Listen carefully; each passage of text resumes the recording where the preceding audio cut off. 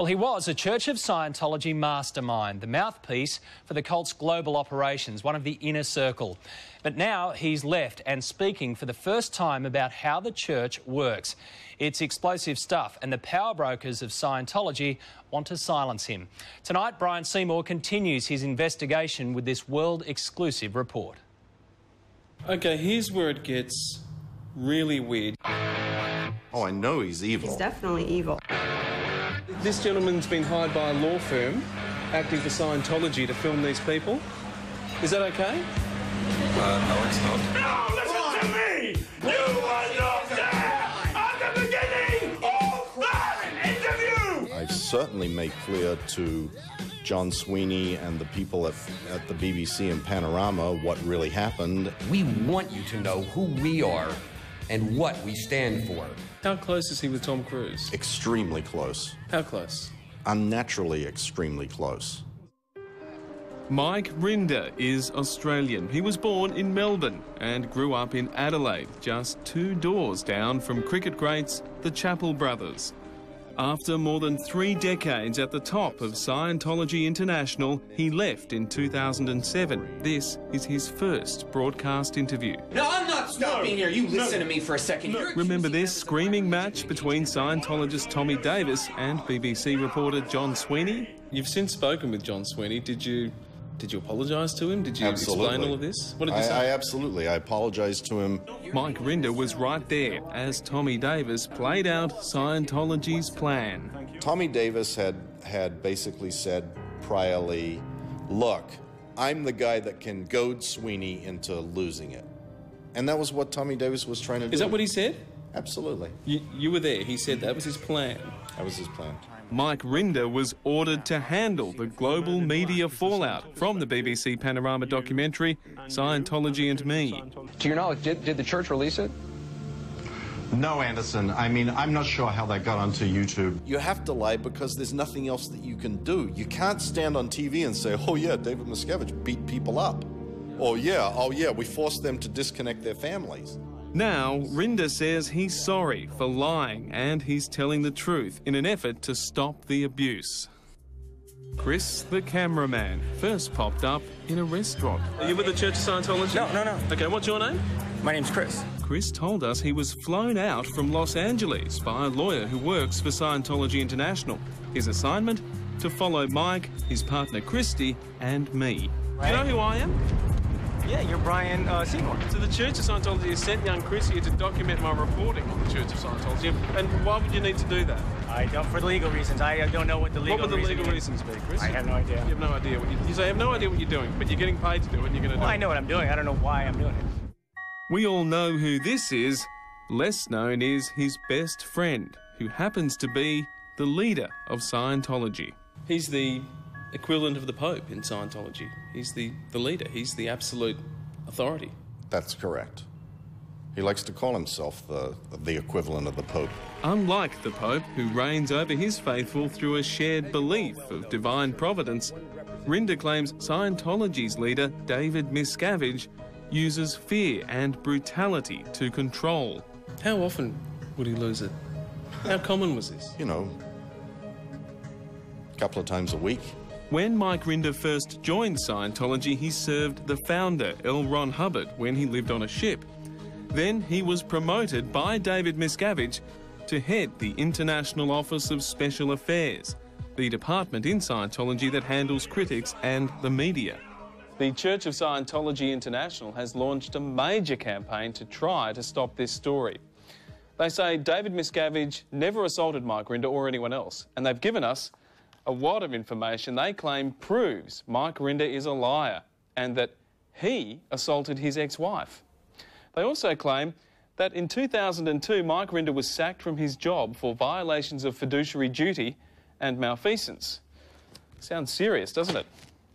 So why then, 2 years later, in 2004, was Mike Rinder back with his old job title, representing Scientology, shoulder to shoulder, with David Miscavige? And to brief you on that front and the next step in implementing LRH Tech from the top down, please welcome Mr. Mike Rinder.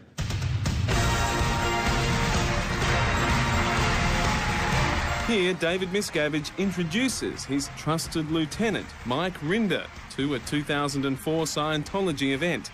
Rinder claims David Miscavige physically assaulted him many times. David Miscavige, the leader of Scientology, creeping up behind you and strangling you. Did that happen? Absolutely. It happened more than once. He's a very volatile personality. He will lash out for uncalled for reasons. This incident was witnessed by another former Scientologist, Amy Scobie.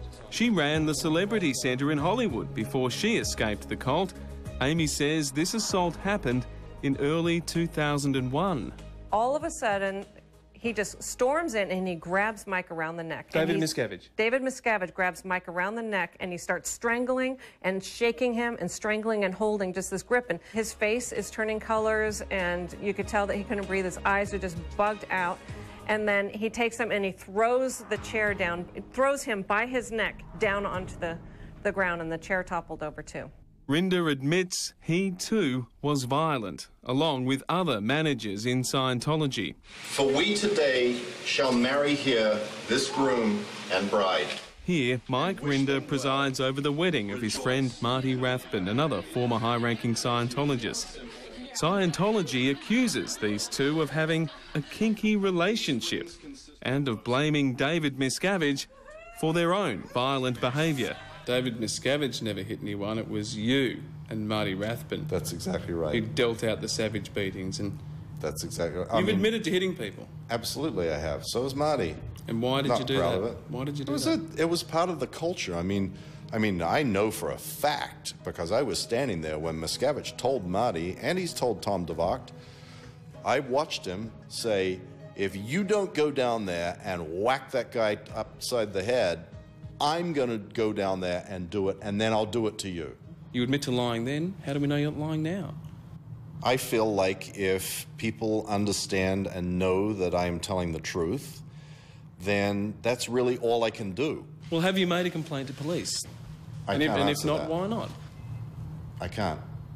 Is that because it's pending an investigation? You can't comment? If you want to, yeah, exactly. Who's your favourite celebrity Scientologist? Do you have one? John Travolta. Pretty easy, isn't it? He's a wonderful guy. You mentioned Kate Ceberano, one of our I think Kate most favourite celebrities. I mean, I've known Kate for a long time. I think she is incredibly talented. And I do care so very, very, very much. I have flown on Tom Cruise's private jet with him many times. It wasn't because I had a private jet, it was because he was going and I was going to the same place that he was, so I would ride along. I didn't have a car, I didn't get paid a lot of money. I got $50 a week. I owned practically nothing. Movie megastar Tom Cruise has it all. Millions of dollars, a beautiful wife and child, and Scientology. But even more, he is best friends with its leader. How close is he with Tom Cruise? Their relationship is something that doesn't really make sense. BFFs. Best friends forever? Yeah. How long before we see someone like Tom Cruise leave, David Miscavige leave the Church of Scientology? I don't know, Brian. Hopefully very soon. They're interested in, can they suck money out of you for these other programs? Despite Scientology's claims that Miscavige doesn't have a house and instead lives communally and very moderately, Rinder maintains that David Miscavige lives a life of luxury, funded by money raised for Scientology that is supposed to go towards helping the needy. His own chef, massages, personal trainers, motorcycles, apartments, living quarters, tickets to NASCAR races, Acuras, BMWs, private jet, cases of scotch, big screen TVs, unlimited financial resources. He lives in a building on Hemet Gold Base, yes? Sometimes. Sometimes? He has several.